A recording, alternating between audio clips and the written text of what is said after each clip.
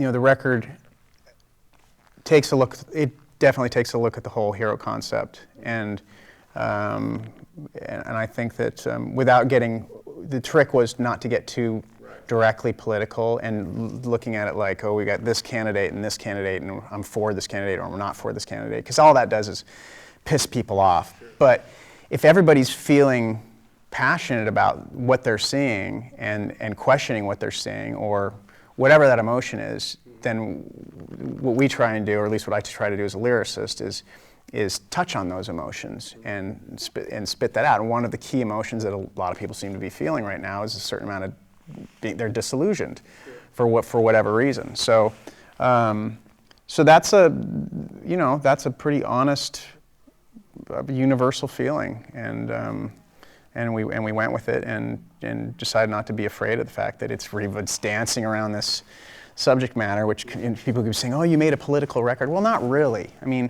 we made a record that was inspired by political events, but it's not, when I think of political record, that'd be like, okay, we have our agenda, you should think this way, you should vote this way. It's not my business how somebody does that. I'm gonna leave that for other artists.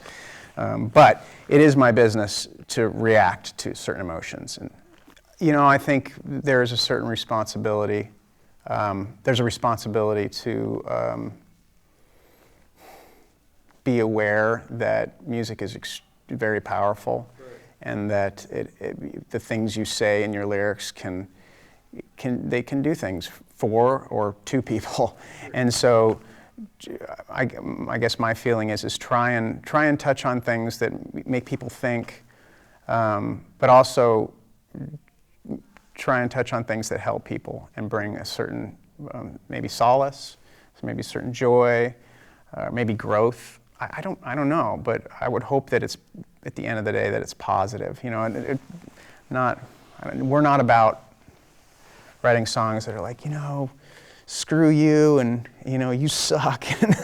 That's just, we don't want to do that. That's not using the responsibility that you have with music appropriately.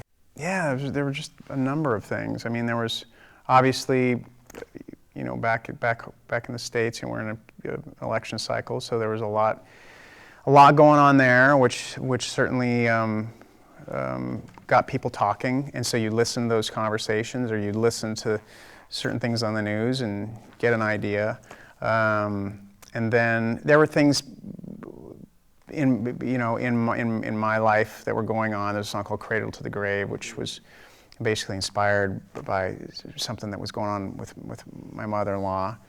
She fell ill, so that was a tough time. But the lyric, that's where the lyric came from. Yeah, there was a lot going on to draw from.